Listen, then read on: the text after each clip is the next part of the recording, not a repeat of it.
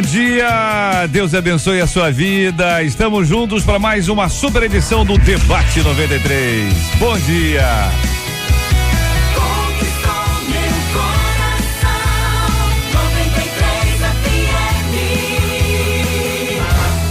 Está entrando no ar. Debate 93.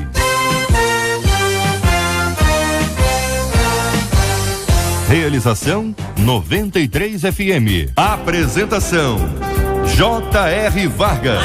Alô, meu irmão. Alô, minha irmã. Já chegou J.R. Vargas. Estamos de volta, começando aqui mais uma super edição do nosso Debate 93 de hoje, nessa quarta-feira, dia 26 de março de 2014. Que a bênção do Senhor esteja aí sobre a sua vida, sobre a sua casa, sobre a sua família, sobre o seu trabalho. Que a bênção do Senhor esteja com você, onde quer que você vá, onde quer que você esteja. Receba o carinhoso abraço em nome de toda a nossa equipe que já está aqui a postos para te atender, para te receber, para te ouvir.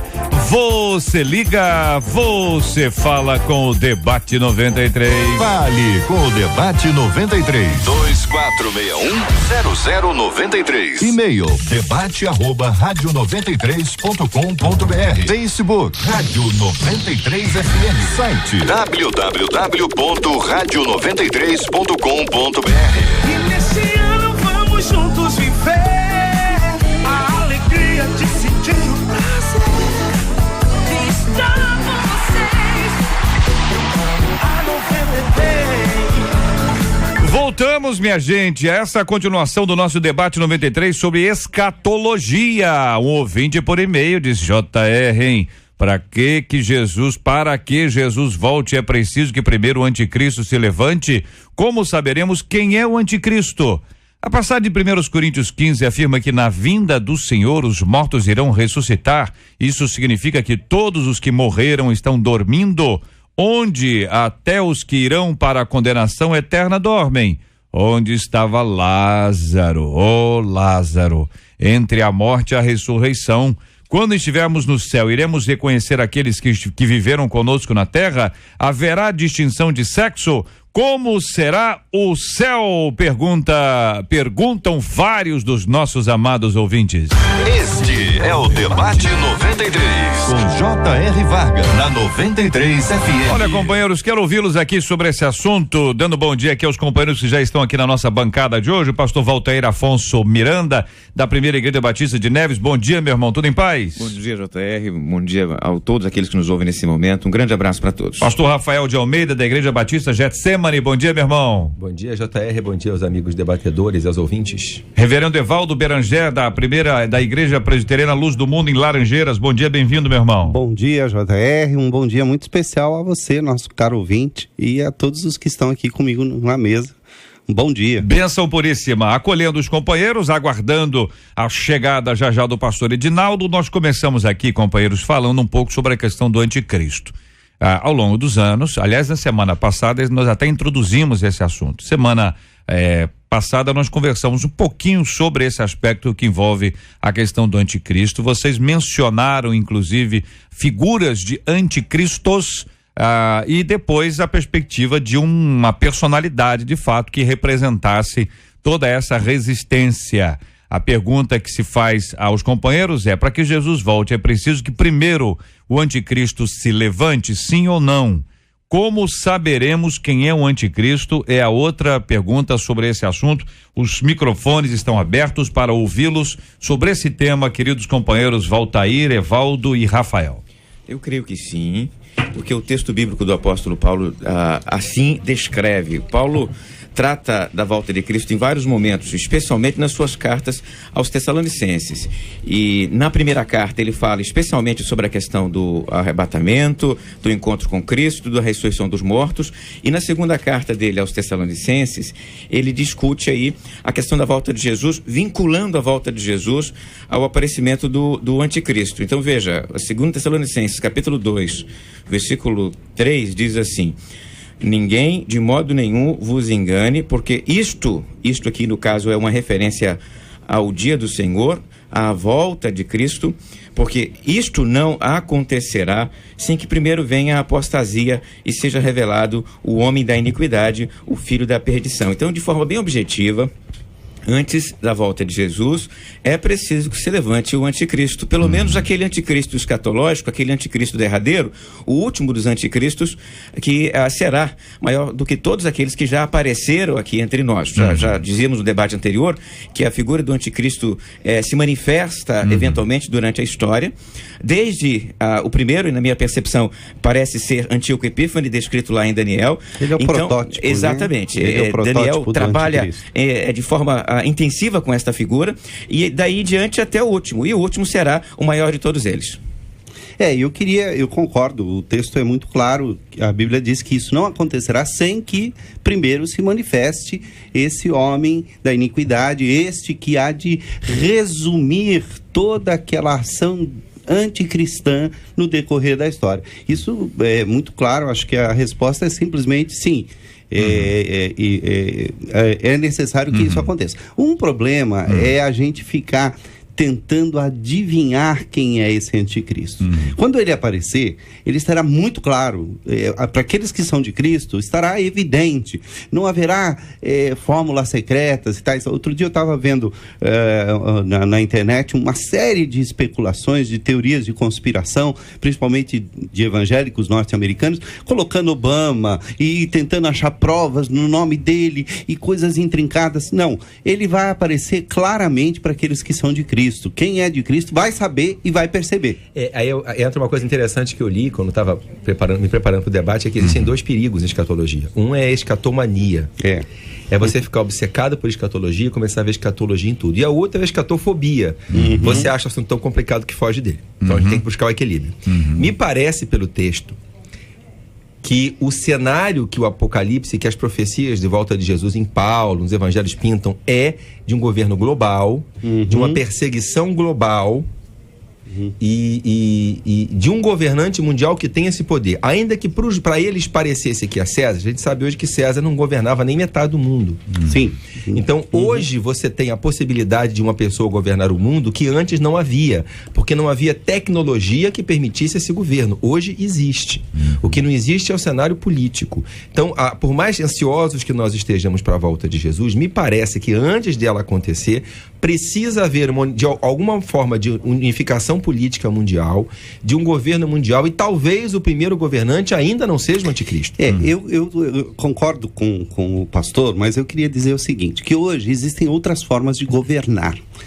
Quando nós pensamos, quando a Bíblia nos fala que haverá alguém que terá domínio sobre toda a terra, e automaticamente nós pensamos nesse domínio que, inclusive, é um domínio agora. Para eles era muito comum, porque os estados nacionais, né, Israel, eles tinham uma certa autonomia, mas havia um governo central que era o governo de Roma. Esse era o modelo que tinha havido desde a época dos assírios, era um modelo de dominação e tal.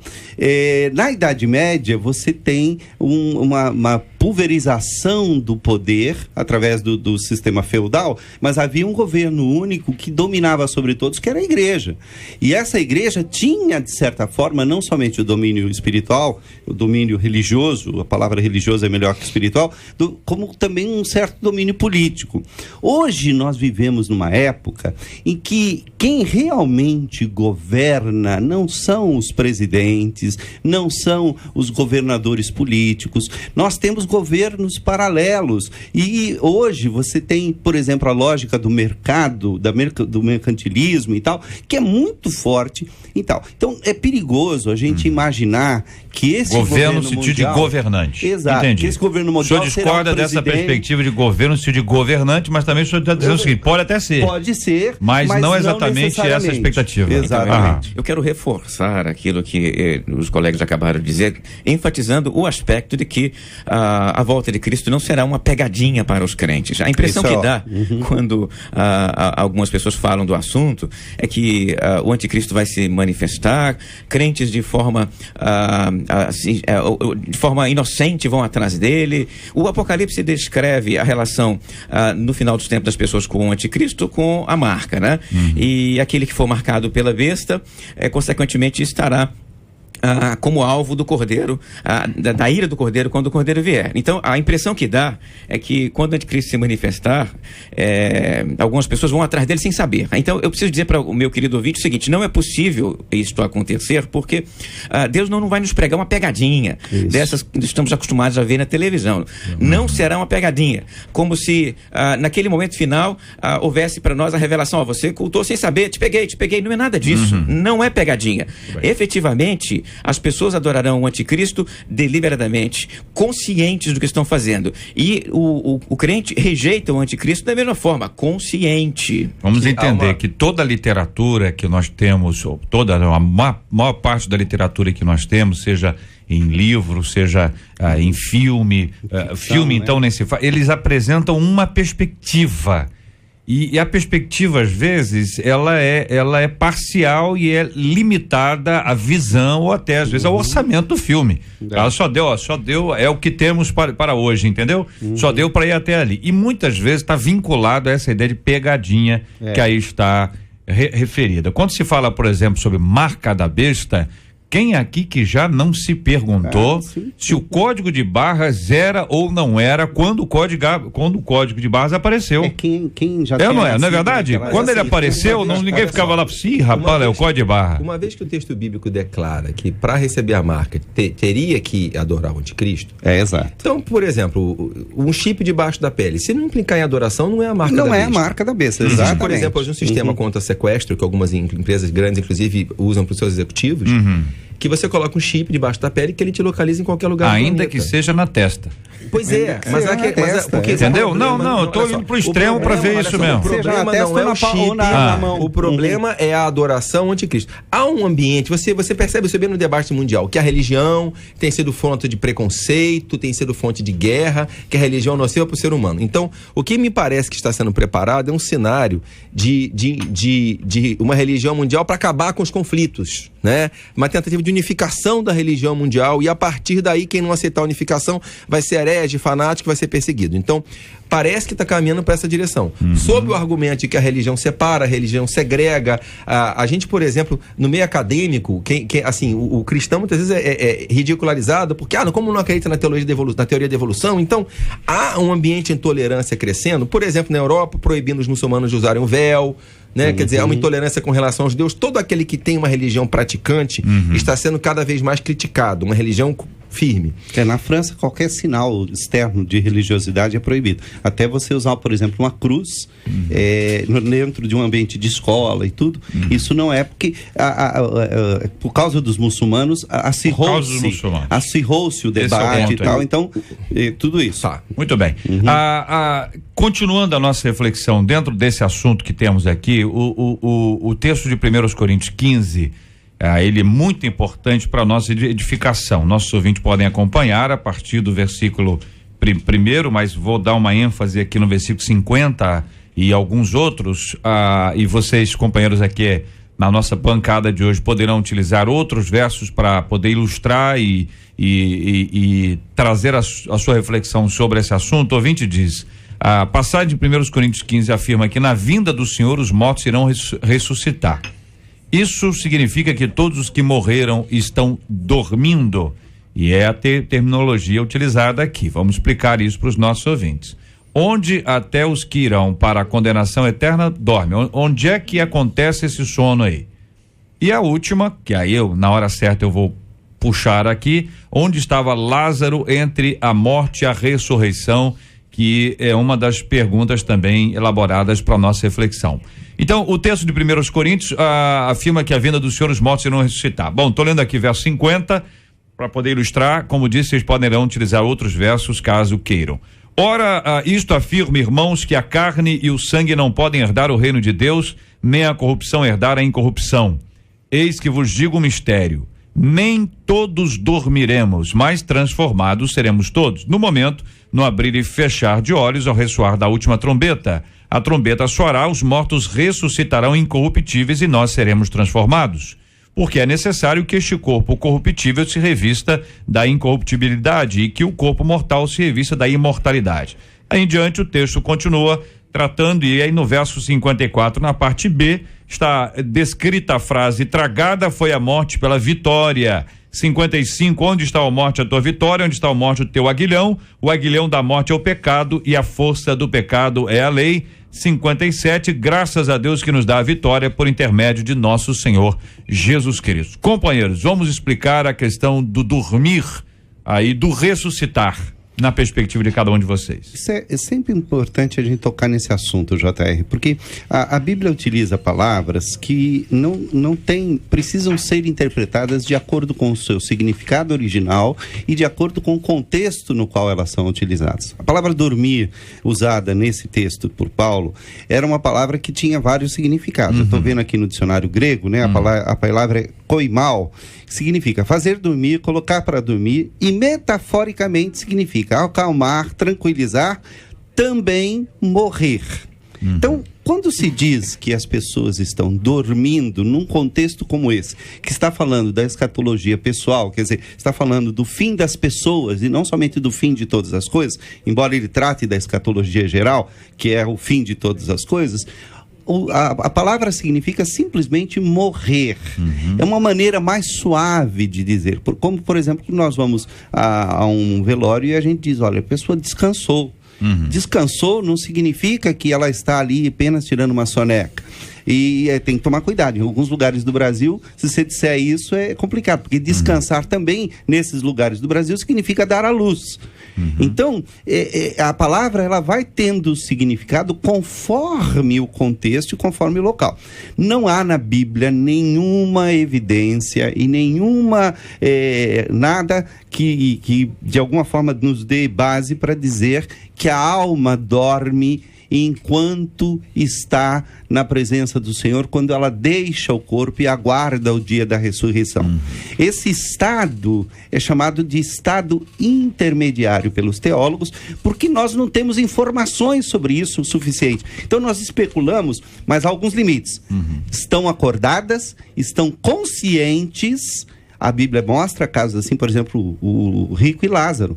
Ali nós temos um exemplo. E nós temos exemplos em Apocalipse e outros textos. Então nós temos aqui um dormir que na perspectiva do reverendo Evaldo se refere a morrer de fato. É um eufemismo. Eufemismo. Concordam? Eu queria apenas acrescentar que a palavra era usada inclusive por sociedades no mundo antigo que não tinham a perspectiva de vida após a morte. Esse termo dormir, para se referir à morte, era usada por grupos, inclusive, que não acreditavam em alguma coisa após a morte. Dormir, então, era metáfora para a morte, independente de o indivíduo entender que havia alguma coisa depois dela ou não.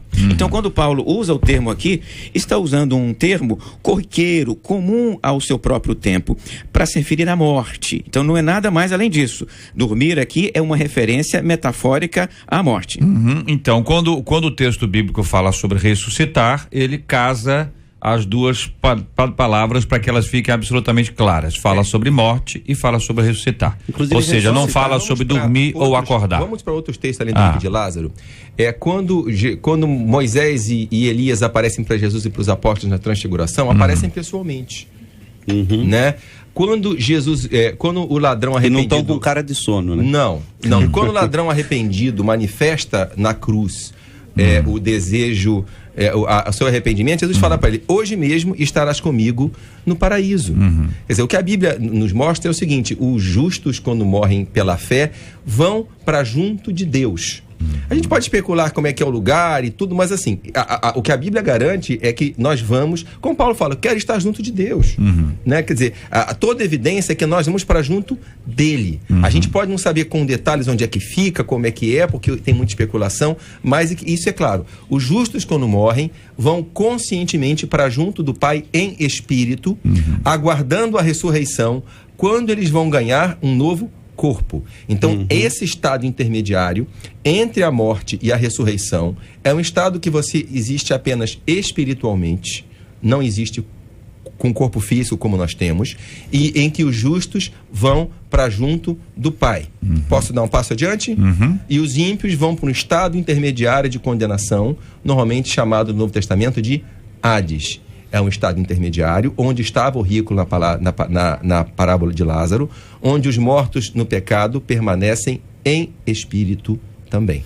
Eu quero acrescentar duas outras passagens aqui para dizer a mesma coisa, que é o seguinte: após a morte, o crente não está num estado de sonolência, de inconsciência. E eu recomendo ao querido ouvinte para ler Apocalipse 6, que descreve um grupo de santos, um grupo de crentes lá no céu, e eles estão falando, eles estão conversando, né? perguntando. Até quando, Senhor? Quando, Senhor? Eles perguntam para Deus. E o capítulo 15 de Apocalipse descreve o mesmo conjunto de crentes em volta do trono de Deus, cantando louvores. E o texto, inclusive, descreve a música que eles estão cantando. Então, para quem está me ouvindo, é bom lembrar que as pessoas, elas fazem isso conscientes. Então, os crentes estão conscientes no céu, estão cantando louvores. Ninguém vai cantar louvores no céu dormindo. Cantamos louvores acordados, conscientes, sabendo o que nós estamos fazendo lá. Muito bem. Então, a pergunta é a seguinte: nós estamos falando de um estado intermediário e é um lugar definitivo? Não é um lugar definitivo. Então vamos ao Apocalipse 6, contrastando com 1 Coríntios 15. Como é que lugar é esse que está na presença de Deus, cantando, conscientes, absolutamente consciente de tudo que está acontecendo, e não é o céu, não é o lugar definitivo? Que lugar é esse? Então, eu trago de volta um outro texto. 1 Tessalonicenses capítulo 4, versículo 13, também descreve a ressurreição. Isso significa o quê? É após aquele momento de cântico de Apocalipse 6 e de Apocalipse 15. Os crentes estão lá cantando, sem corpos, como bem declarou Rafael agora há pouco. Eles estão em espírito cantando, conscientes diante do trono. Aí, na volta de Cristo, 1 Tessalonicenses capítulo 4, versículo 13 diz: não queremos, irmãos, que sejais ignorantes com respeito aos que dormem, para não vos entristecerdes como os demais, que não têm esperança. Pois se cremos que Jesus morreu e ressuscitou, assim também Deus, mediante Jesus, trará em sua companhia os que dormem. E daqui para frente ele descreve a volta de Jesus, incluindo a ressurreição destes que estão com Cristo e a transformação, aquilo que nós chamamos de glorificação dos crentes que estarão vivos. Então, a lógica do texto bíblico é a seguinte: a eternidade após a volta de Jesus é uma eternidade do homem integral. E o homem integral é corpo e espírito. Alguns acrescentam corpo, alma e espírito. Mas o homem integral não é só espírito, o homem integral não é só corpo. O homem integral criado por Deus no Éden é corpo conjunto, e uma parte espiritual. Exato. Ele é assim criado por Deus. Então, ele só será espera-se novamente que na eternidade, após a volta de Jesus, ele seja assim de novo. E haverá novos céus e nova terra nos quais habitam justiça. É o que a palavra de Deus diz. Deixa eu dar só uma passada cronológica para facilitar o acompanhamento dos nossos amados ouvintes. Então, uma pessoa que faleceu no ano de 1925, correto? Essa pessoa era um salvo pelo Senhor Jesus Cristo, ele faleceu e aí o seu espírito foi para esse estado de descanso com Deus / lugar intermediário. É o que é exato. Aí estão todos de acordo? Muito bem. Esse lugar é um lugar fantástico, um lugar extraordinário, mas não é o lugar definitivo. Não. Certo? Aí nós estamos em 2025, vou dar uma data, não, vou nem botar a data. É bom não botar tá certo? Aí que pega só esse pedacinho. Jesus volta no ano X, no mês X, no dia X e na hora X, tá certo? Tudo X. Neste momento específico em que isso acontece, existe a ressurreição dos mortos. Então, o camarada lá de 1925, que estava num lugar intermediário, vivendo um estado intermediário, ele terá o seu corpo ressuscitado. Isso. É isso, companheiros? Exatamente. Então, cronologicamente aqui, todos de acordo? Não, Rafael não. Rafael não está de acordo, não. De acordo com o que eu penso. Isso. Tá? Agora, não, vocês estão de acordo com a descrição? Eu estou fazendo a descrição somando em vocês. Os que morreram esperando a volta de Jesus vão ressuscitar e os fiéis que estiverem vivos serão glorificados. Peraí, Rafael, nós estamos num camarada de 25, camarada salvo, o cara morreu em 1925. Sim, mas naquele dia, com ele, aquele que morreu em 1835 também ressuscitará. Estou dando só para ficar mais fácil. Nós estamos no rádio, gente. O rádio, a pessoa está fazendo 1000 coisas além de ouvir o rádio. Não, eu concordo. Tá certo? Então, lá, o camarada, vamos de novo, hein? 1925, faleceu, o cara salvo por Jesus, foi para aquilo que vocês estão chamando de estado intermediário e de lugar intermediário. Correto? Tá na bênção, aquilo que a gente está chamando aqui de uma paz muito profunda, um lugar muito agradável, mas não é o lugar definitivo ainda. Exato. Correto? Não. Aí lá no ano X, correto? Jesus volta. A volta de Cristo. Com a volta de Cristo, aqueles que morreram com Cristo, o cara de 25 lá, tá certo? Ressuscitarão. É isso? E terão seus corpos transformados em corpo corruptível para incorruptível. Segundo a natureza de Cristo. Perfeito? E aí eles irão para um lugar. Aí do lugar em diante claro que é agora, daqui a pouquinho, mais tarde, tem mais um tempo aqui. Mas é o seguinte, entre esse tempo, aquele tempo, haverá um lugar definitivo. É isso? É isso. Que a gente chama de eternidade, alguns vão usar outras expressões, onde a pessoa vai ter, não tem existe uma limite. questão não, aí, sim, é importante. Eu sei que existe. Então, até aqui, nesse ponto, vamos lá. Vamos lá. Daniel 12, 2 diz: muitos dos que dormem no pó da terra ressuscitarão, uns para a vida eterna e outros para a vergonha e horror eterno. Ambos para a eternidade. Exatamente. Morte ou vida eterna. Para a eternidade. Correto? Exato. Agora, existe aí uma certa discordância quanto à cronologia destes eventos. Eu diria que todos aqueles que falam sobre escatologia concordam que esses eventos todos ocorrerão. Reverendo Evaldo, só para não ter dúvida, que o senhor concordou com a cronologia que eu expus. Até a ressurreição. É exatamente isso aí. Não, pois é, companheiros. Exatamente, só para não ter dúvida. Porque quando fala assim que discorda, quer dizer, você não está discordando. Porque eu estou só interpretando os companheiros. Então é isso aí mesmo. Até aqui, todas as correntes estão bem acorrentadas, tornando todas as pessoas juntas. É isso?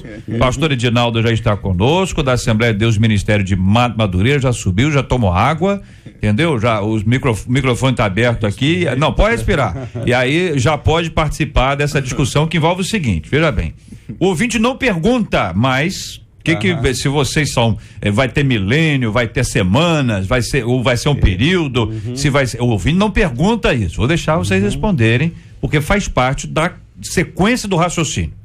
Volta aí inicialmente, vamos lá, e depois perfeito. Todos estão liberados para falar a hora que quiserem. Eu acompanho da volta de Jesus em diante, vamos lá. Eu acompanho a sequência do Apocalipse, que após a ressurreição haverá o milênio.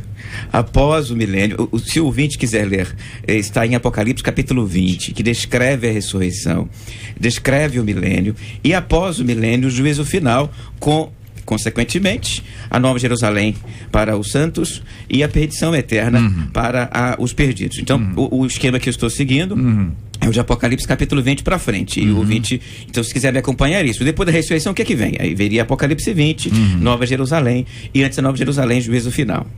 Companheiros. Bom, eu queria dizer, eu gosto da maneira que o Walter fala, porque ele diz, eu acompanho. E é bem isso mesmo. Nessa questão, existe uma série de questões de interpretações diferentes de coisas que são absolutamente secundárias. Nenhuma destas coisas são coisas que vão atrapalhar a salvação. Esse é o primeiro ponto. A segunda coisa é que eu acompanho a interpretação do Apocalipse, em que eu entendo que o Apocalipse é, na verdade, uma sequência de 7 visões que o apóstolo João teve e que estas visões se sobrepõem. É uma interpretação literária do Apocalipse, que é muito comum hoje em dia. Há muitos estudiosos que seguem essa interpretação, que dizem o seguinte, João olha primeiro do ponto de vista da terra, então ele vê as 7 igrejas. Depois ele sobe ao céu e ele vê a mesma cena do ponto de vista do trono de Deus. Depois ele começa a ver as mesmas cenas se ampliando, como se a visão dele fosse se ampliando, tanto para o passado como para o futuro, até que ele tem uma visão completa de toda a ação de Deus em salvar o mundo. Nessa maneira de ver, para mim, quando ocorre a ressurreição, e aí é preciso tomar cuidado, porque se fala a primeira, a segunda ressurreição, isso precisa ser explicado. Quando ocorre a ressurreição, tanto dos salvos como dos não salvos, tanto para a glória eterna como para o horror eterno, inaugura-se a eternidade e uma nova realidade, novos céus e novas terras se inauguram neste processo. Pastor Edinaldo, da volta de Jesus em diante. Eu saúdo a todos com a paz do Senhor. Amém, peço desculpa pelo atraso. Sem problema. Mas a minha visão é um tanto quanto diferente. Embora eu tenha acompanhado pelo rádio do carro aquilo que os colegas já haviam ponderado e achei muito coerente. Eu acho que a visão dos 3 colegas se completaram umas às outras e eu fiquei totalmente contemplado também com aquilo que foi esboçado, porque de certa forma é também a minha opinião. De qualquer maneira, a questão, primeiro que o Apocalipse não é de João, o autor do Apocalipse é Jesus Cristo. Então João, na verdade, foi o editor, ele apenas recebeu a visão de Jesus, pois Jesus o levou para receber esta revelação, como a palavra original fala, e enviar às igrejas para designar aquilo que haveria de acontecer no tempo do fim, que em breve vai acontecer, que implica exatamente numa etapa do reino de Deus, uma etapa transitória entre a ordem natural, a ordem histórica, nessa ordem que vivemos, e a ordem eterna. Por isso existe o escatom representado na sua essência, principalmente no livro de Apocalipse, embora as apocalípticas estejam representadas em toda a Bíblia, do Gênesis ao Apocalipse. Agora, a questão fica bem claro no próprio livro do Apocalipse, capítulo 20, de que haverá 2 ressurreições. A ressurreição dos que são salvos, não é? E depois a dos que não serão salvos. Os primeiros, após a ressurreição, como já foi dito aqui, vamos dizer assim, serão retribuídos com um corpo glorificado, à semelhança da glória de Jesus Cristo, do corpo da glória de Jesus, e estarão indo imediatamente ao trono branco, lá em 1 Coríntios, aliás, Romano 14. E depois os critérios desse julgamento não ao trono branco, mas ao tribunal de Cristo, aquilo que chamamos de bema, que o grego chama de bema. Esse bema será o tribunal de Cristo, onde os salvos em Cristo serão julgados segundo as suas obras que apresentaram no corpo e serão julgados para receber ou não galardões. Esta é a primeira ressurreição, é a ressurreição dos salvos em Cristo, de todos os tempos. Primeiro, dos do Velho Testamento. Segundo, os que morreram na tribulação, vamos dizer assim, da tribulação, e a igreja que foi arrebatada. Esses comparecerão ao tribunal de Cristo para receber os galardões. Aqueles que não são salvos não ressuscitarão, segundo o texto de Apocalipse, capítulo 20, versos 5, que diz assim: o restante dos mortos não reviveram até que se completasse uns 1000 anos. Esta é a primeira ressurreição. Isso significa dizer que existe um parênteses entre a primeira ressurreição dos salvos em Cristo e a segunda ressurreição daqueles que não participaram do milênio e que após o milênio ressuscitarão para irem ao trono branco, que é o trono para a condenação. Então, existe, no meu entender, segundo aquilo que eu consigo enxergar no Apocalipse, esses 2 momentos da ressurreição e este momento em que os primeiros irão à presença de Cristo e os segundos irão à presença também do Cristo juiz para receberem condenação Pastor eterna. Rafael. Quero só fazer um adendo que às vezes as pessoas não têm isso muito claro.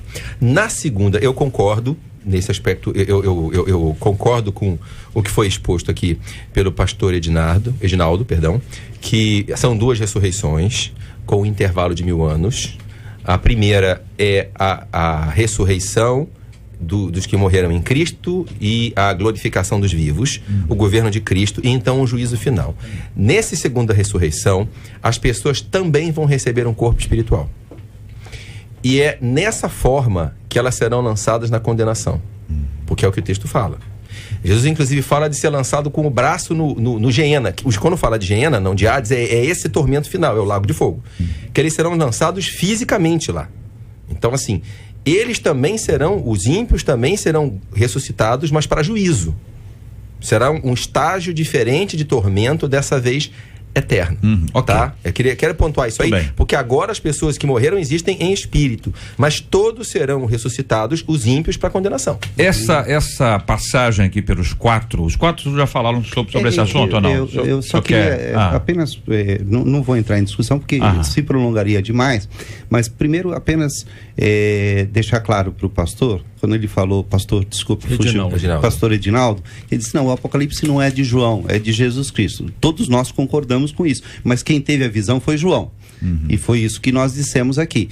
Então isso é preciso ficar claro, que todos nós sabemos que o Apocalipse, a revelação é de Jesus Cristo, a qual ele deu ao seu servo João. Exatamente. Que está escrito lá. Estão de acordo, estamos já de vi acordo. A sinalização do pastor Edinaldo. A segunda coisa que é importante é que, embora essa interpretação desse texto de Apocalipse 20, ela é extremamente controversa, e há alguns problemas que eu vejo aí. Eu vou apenas pontuar 2 problemas e talvez não haja tempo para discussão desse assunto, porque serão correntes diferentes. Mas o primeiro problema é que a palavra milênio não aparece nesse texto e não aparece em nenhum lugar na Bíblia. O que aparece é o termo 1000 anos. Mas é milênio e tal, mas construir toda a escatologia em torno do milênio é complicado. Segundo, construir toda a escatologia em cima de um texto que aparece nos 45 minutos do segundo tempo da história, que é no capítulo 20, o penúltimo capítulo da Bíblia, é um pouco complicado, porque senão você fica com um elo mais importante, que alguns acham que o milênio é o elo mais importante, sendo colocado lá no final. Me permite. Então, eu só estou dizendo que eu vejo um problema em estruturar a escatologia em torno do milênio por causa destas questões. Ok. Pastor Edinaldo. Na verdade, o milênio fala-se no Apocalipse durante 6 vezes, não com a palavra milênio, assim como o decálogo. A palavra decálogo não existe na Bíblia, mas os 10 mandamentos estão lá, nem trindade. Mas, né, há que se entender a manifestação. Eu tenho a impressão que o reverendo Evaldo quis dizer assim, a questão do também o que envolve um período. Não, mas o período... 1000 é 1000, 1000 pode ser 2000, 1000 pode ser 100, 1000 pode ser 10. Essa é uma visão alegórica dos pais da igreja de Alexandria, que negaram o milênio. Na verdade... Não necessariamente. Sim, negaram o milênio. A pergunta que eu faço ao senhor é o seguinte, só o seguinte, companheiro, só o seguinte. A pergunta é o seguinte, a questão não é quem é A, quem é pré, quem é milenista, porque isso é cada um. O ouvinte, embora pode ser que alguém diga assim, olha, eu não sei o que é isso, não. Pode até ser que alguém não saiba. A questão não é, agora a questão, o ouvinte Deus, existem correntes diferentes, onde o ouvinte é membro de uma igreja X, ele deve se inteirar para saber o que a igreja X pensa sobre esse assunto, para que ele não fique confuso, ou seja, o lugar para se descobrir isso continua sendo a nossa maravilhosa escola bíblica, porque na escola bíblica o ouvinte vai, tá certo? Aqui não se pretende, em hipótese alguma, fechar, que não, os 4, definimos que os 4 são da corrente XY, vamos convencer uns aos outros, não é isso, a ideia é muito mais da exposição, para saber se, olha, eu penso assim, a igreja tal pensa assim, o meu posicionamento é esse, porque aí é da liberdade, da beleza que o cristianismo traz, de que embora a gente pense diferente sobre determinados assuntos, nós podemos caminhar juntos. E vão tirar a prova dos 9 um dia. Nós não podemos tirar a prova dos 9 ainda. Só fazer um parênteses pois aqui, não. Porque nenhuma previsão de tempo da Bíblia pode ser interpretada literalmente. Tá? Assim, Deus não trabalha olhando para o relógio. Me parece que... O tempo de Deus é diferente. O que me parece que quando o texto fala de milênio, ele está falando de uma era. Período, essa é a minha interpretação. X. É mais que até a era. Não é um século. Até a era, o que? A nova era, aí começa o negócio. Aí, entendeu? Por exemplo, as terminologias que ele utiliza. Deixa eu só fechar aqui. Pastor então, assim, Rafael. O que para mim é uma questão de ponto assim, vai haver um período de tempo grande entre a primeira ressurreição e a segunda, em que Cristo vai governar a terra. E para mim, eu estou colocando a posição pessoal, que esse período vai existir, e eu concordo com essa leitura, tá? O que eu estou dizendo é o seguinte, gente, eu não estou querendo, eu só estou querendo dizer assim, ele não vai ficar contando 1000 anos, agora acabou. Não, mas vai haver uma era, um período em que Cristo vai governar a terra, sim. E o ponto compreendendo essa interpretação sobre esse assunto, isso acontecerá a partir da volta de Cristo. Sim. Ou seja, este período, dentro dessa interpretação, estou perguntando aos irmãos aí, dentro dessa interpretação será a partir da volta de Cristo. Vai ser 1900, se vai ser mais do que isso, um período. De 1900. Na verdade, se nós formos ver segundo a genealogia bíblica, de Adão aos nossos dias já correram 6 milênios. O princípio da criação do mundo em 6 dias é um princípio estabelecido e nós não podemos relativizar este princípio. Por exemplo, lá em 2 Pedro capítulo 3, versos 8, a palavra diz que Deus conta o tempo do homem de 1000 em 1000 anos e estabelece um paralelo com um dia. Um dia é como 1000 anos e 1000 anos como um dia. Vou perguntar aos companheiros, pastor Adinaldo. Se nós entendermos que o 7º dia é o dia áureo da manifestação plena de Deus, que é o dia do descanso, como muitos conhecem, mas na verdade o descanso é para nós, não para Deus, porque Deus não se cansa, né? Mas é o dia da adoração perfeita, que é o 7º dia, é o dia milenar em que Jesus estará estabelecendo o reino de Deus na terra, uma vez que o homem já cumpriu seus 6 dias, de Adão a Abraão 2000 anos, de Abraão a Jesus 2000 anos, e de Jesus aos nossos dias 2000 anos.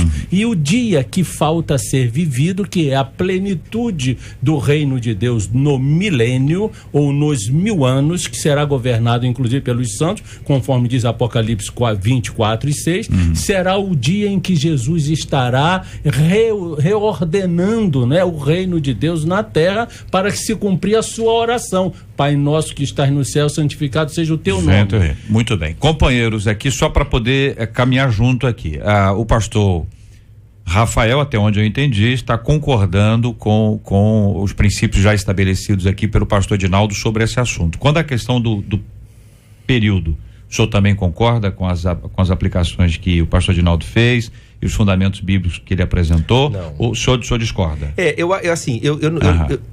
Essa visão, olha, a terra vai fazer 1000 anos, depois vai descansar mais 1000, eu volto a dizer, para mim, Deus não trabalha com esse tempo fechado. Entendi. Eu não vejo isso. Quer dizer, por exemplo, eu trabalho com a cronologia mais antiga do estabelecimento de Israel, 1500 anos antes de Cristo. Então, Israel teve 1500 anos, ele teve um dia e meio. Onde a igreja teve 2 dias? Assim, eu não vejo essa... Por isso que eu falo, assim, eu creio no governo milenar de Cristo, sim, como uma era. Tá? O período antes do dilúvio foi uma era. Né? O período dos patriarcas, assim, eu acho que isso é mais fluido do que a gente gostaria de ser. Eu não creio nessa cronologia fechada. Pastor, volta aí. Então, eu acredito que a questão do milênio não é exclusiva a João. Eu consigo encontrar em traduções judaicas a perspectiva de que antes, efetivamente, do fim da história, antes da história terminar, Deus inaugura um reino na terra. E quanto tempo dura este reino? Então, tem tradição judaica que fala em 400 anos, tem tradição judaica que fala em 1 semana de anos.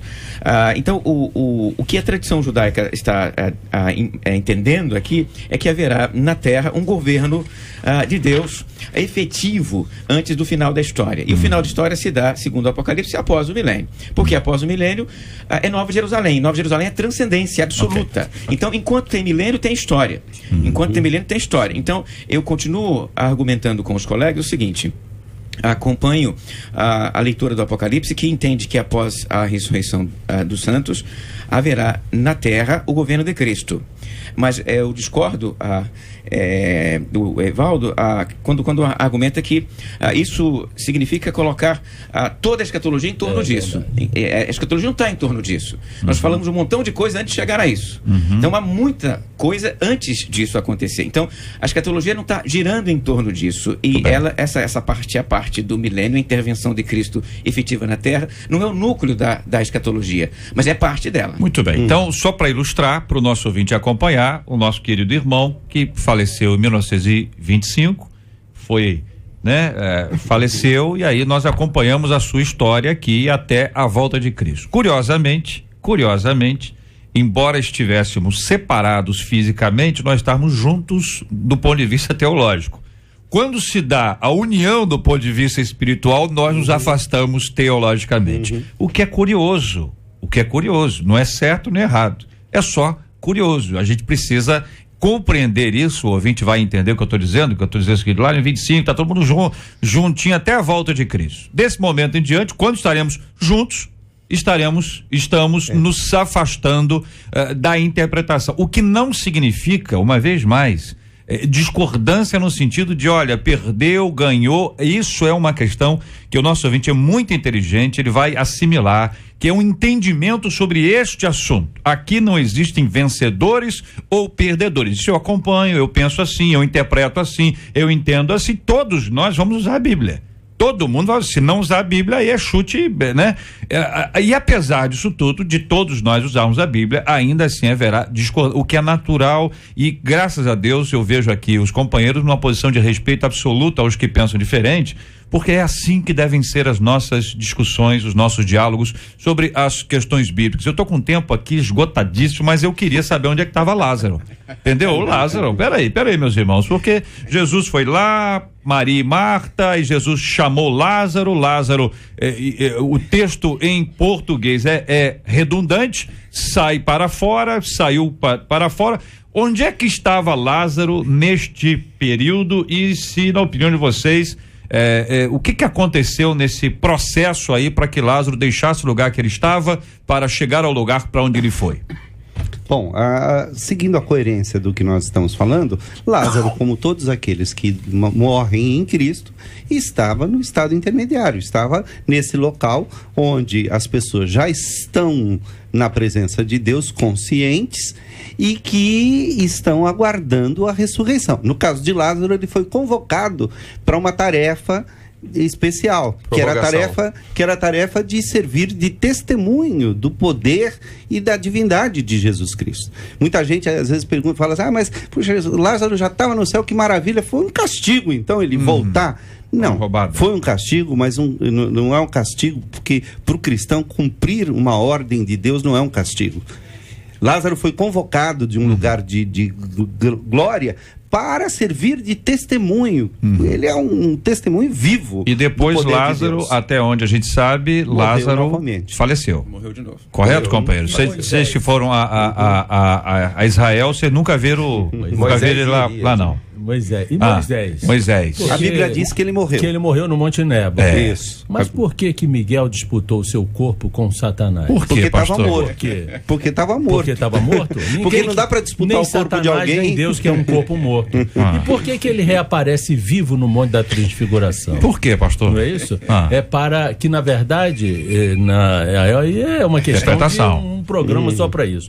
É uma interpretação. Antes de Moisés ser sepultado, Deus o ressuscitou e o levou vivo, assim como fez com Lázaro. A Bíblia não diz isso. Não declara isso, não. A Bíblia não declara isso. A Elias. Porque senão, como explica que ele chegou vivo no Monte da Transfiguração? Pois é. Ele ainda não é glorificado, porque a primícia da glorificação é Jesus. E qual é a missão das duas oliveiras que testemunharão os judeus acerca do Messias, que foi morto e etc. Vamos por parte aqui. Perfeito. Não, tá excelente, na reflexão, excelente na reflexão, só para a gente entender, a Bíblia menciona a morte de Moisés. Estamos todos aqui de acordo. Que existe a disputa pelo corpo dele, está registrado no livro de Judas, está absolutamente, todos nós estamos de acordo em relação a isso. Que aparece no Monte da Transfiguração, também estamos todos de acordo com o que aconteceu. E também estamos de acordo que na transfiguração, assim como Elias, Moisés está representando a lei, Elias está representando os profetas que se cumprem em Cristo e apontam para Cristo. Todos estamos de acordo com essas interpretações objetivamente, como tem que ser, meus companheiros. Claro. Tá bom? Pastor Rafael, eu ia dizer que temos que tomar cuidado com alguma coisa. Assim, nesse ponto eu sou muito conservador, pastor. Assim, uma coisa que é explicitamente declarada na Bíblia, eu creio, morro crendo.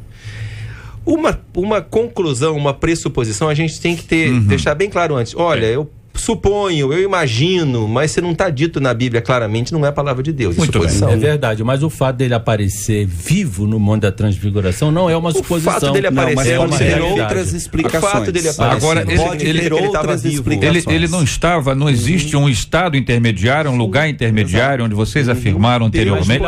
Os três companheiros afirmaram, o senhor disse que estava ouvindo e concordou, que existe um estado intermediário, um lugar intermediário, onde todos aqueles que foram chamados à presença do Senhor estão. Correto? Inclusive, Jesus Correto? diz. Não, é isso aí, companheiro. Não perguntar, é isso aí? Isso. Aham. Jesus Mas fala é que importante. Abraão, Isaac e Jacó estão vivos. Exatamente. Sim. Deus A é Bíblia Deus de diz vivos, que é onde Abraão, mortos eles Isaac e estão Jacó estão vivos, porque Deus não é Deus de mortos, mas é Deus de vivos. É verdade. E nenhum deles ressuscitou ainda. Não. Então, Abraão, Isaac e Jacó tá explicado em não, Hebreus 11, não lá no ressuscitaram. finalzinho. Muito bem, companheiros. Estão todos de acordo aqui. Muito bem, quero agradecer os companheiros e a participação de vocês com a gente aqui no nosso debate 93 de hoje. Vamos aqui às notícias mais importantes da manhã. Notícias mais importantes da manhã no Debate 93. Uma mulher foi presa por policiais militares no Morro de São Carlos, no Estácio, zona norte do Rio, acusada de matar um bebê de apenas 7 meses. De acordo com a PM, Ingrid de Carvalho, de 20 anos, dormia na casa da família e contou não aguentar mais o choro da criança. Por isso, segundo ela, jogou o menino no chão e pisou nele. Os policiais ainda levaram a criança para o Hospital Central da PM, mas ela não resistiu. A acusada foi presa em flagrante e vai responder pelo crime de homicídio doloso, quando há intenção de matar. Um jovem de 19 anos abandonou a escola e perdeu quase 13 quilos por causa do vício em fazer selfies, que é tirar a própria foto segurando o celular. Segundo a imprensa da Grã-Bretanha, o adolescente não conseguia parar de fazer a melhor pose para a câmera. Ele passava 10 horas por dia tirando até 200 fotografias de si com o celular. Um estudo realizado por uma organização americana em 41 países revelou qual a relação que a população acha que tem entre Deus e boas atitudes. Aqui no Brasil, 86% dos entrevistados disseram que acreditar em Deus é necessário para ser uma boa pessoa. Foi um dos índices mais altos em relação a outros países, como Espanha, Gana e Indonésia, que discordam desta relação em 99%. E você, se fosse perguntado, uma pessoa para ser boa precisa acreditar em Deus? Qual seria a sua resposta? Participação dos nossos companheiros aqui, Reverendo Evaldo, esse crime absurdo, absurdo. A descrição é literalmente essa. Ela pegou a criança, jogou no chão e pisou em cima. É horrível, horrível. Pisou no pescocinho dela. A princípio eu tinha achado que era a própria mãe da criança, depois ouvindo a notícia melhor e prestando atenção, não era. Quando é a própria mãe da criança, e aí isso pode acontecer, pode ser uma manifestação daquilo que é chamado de depressão pós-parto, onde a mulher às vezes pode perder completamente o juízo. Nesse caso em especial, eu creio que pode ser duas coisas. Ou essa mulher realmente não tem ela precisa de um tratamento urgente, ou ela chegou naquele ponto que a Bíblia diz que nos últimos tempos as pessoas perderiam a afeição natural, onde o grau de egoísmo é tão grande que a pessoa deixa de...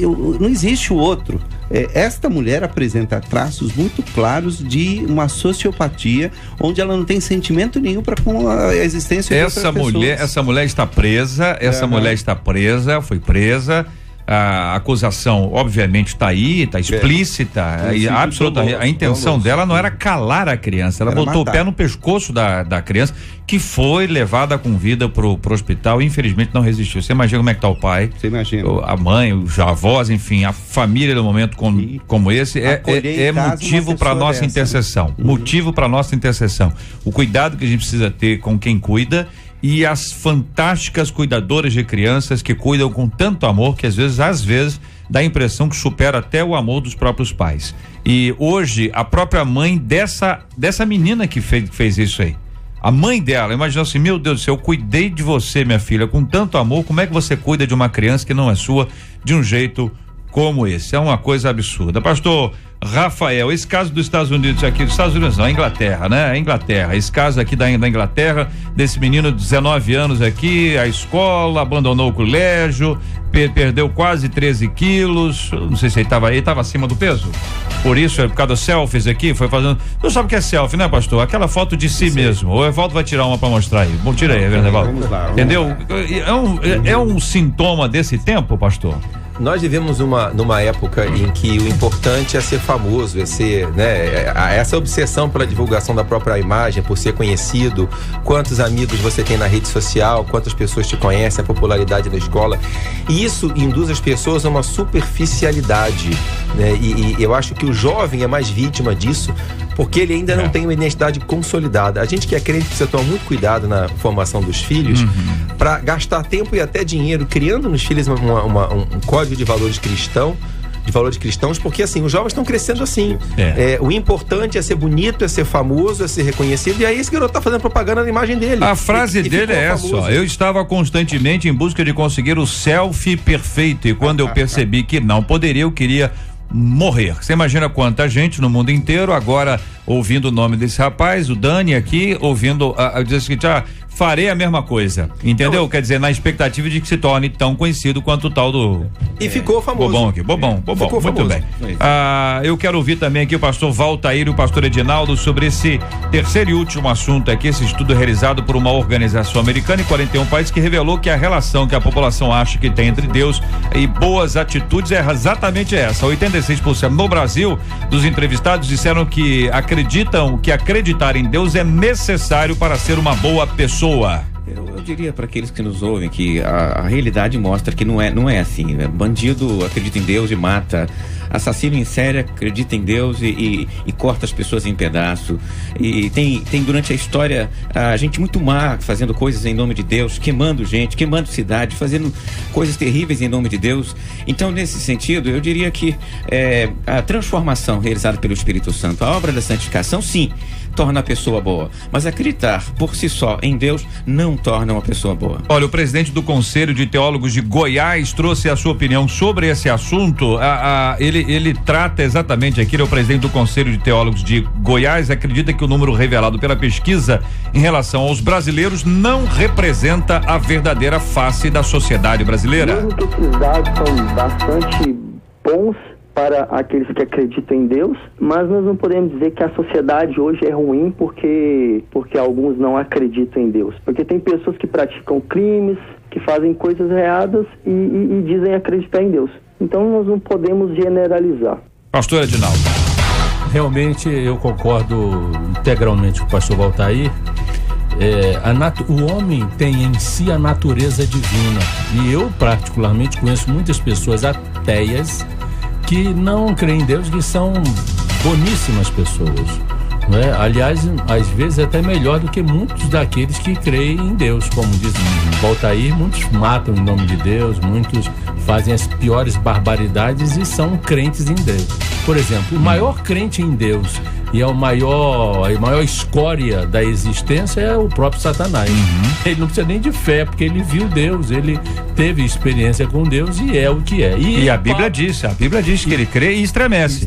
E Paulo, lá em 2 Timóteo, capítulo 3, dá a radiografia da sociedade dos últimos dias, quando os homens serão avarentos, egoístas, jactanciosos, arrogantes, blasfemadores, desobedientes aos pais, ingratos, irreverentes, desafeiçoados, implacáveis, caluniadores, sem domínio de si, cruéis, inimigos do bem, traidores, atrevidos, enfatuados, mais amigos dos prazeres do que amigos de Deus. Quer dizer, ali está o raio-x da sociedade contemporânea, da sociedade desses últimos dias. Muito bem, há uma diferença grande entre aqueles que dizem acreditar e aqueles que seguem a Jesus Cristo. E além de tudo, entre os que seguem tem aqueles que obedecem e aqueles que não obedecem. Há uma diferença grande nesse aspecto. A gente precisa de muita gente que acredita, muita gente que segue e muita gente que obedece. O que nos falta muito hoje é cristãos de verdade e verdadeiramente obedientes. Essas foram as notícias mais importantes da manhã. As notícias mais importantes da manhã no Debate 93. Este é o Debate 93 com J.R. Vargas na 93 FM. Ouvinte dizendo: levo meu filho desde pequeno à igreja, né? Mas por incrível que pareça, ele sempre foi resistente. Hoje ele é adolescente e continua indo, mas obrigado. Vejo que ele está encantado com tudo que o mundo oferece e já não sei mais o que fazer. Estou agindo certo quando obrigo meu filho adolescente a frequentar a igreja? Como devemos agir ao perceber que nossos filhos estão encantados com o mundo? O erro foi na educação que eu dei? Qual o segredo para criar filhos que amam e sentem prazer em servir a Deus? Pergunta uma de nossas queridas ouvintes.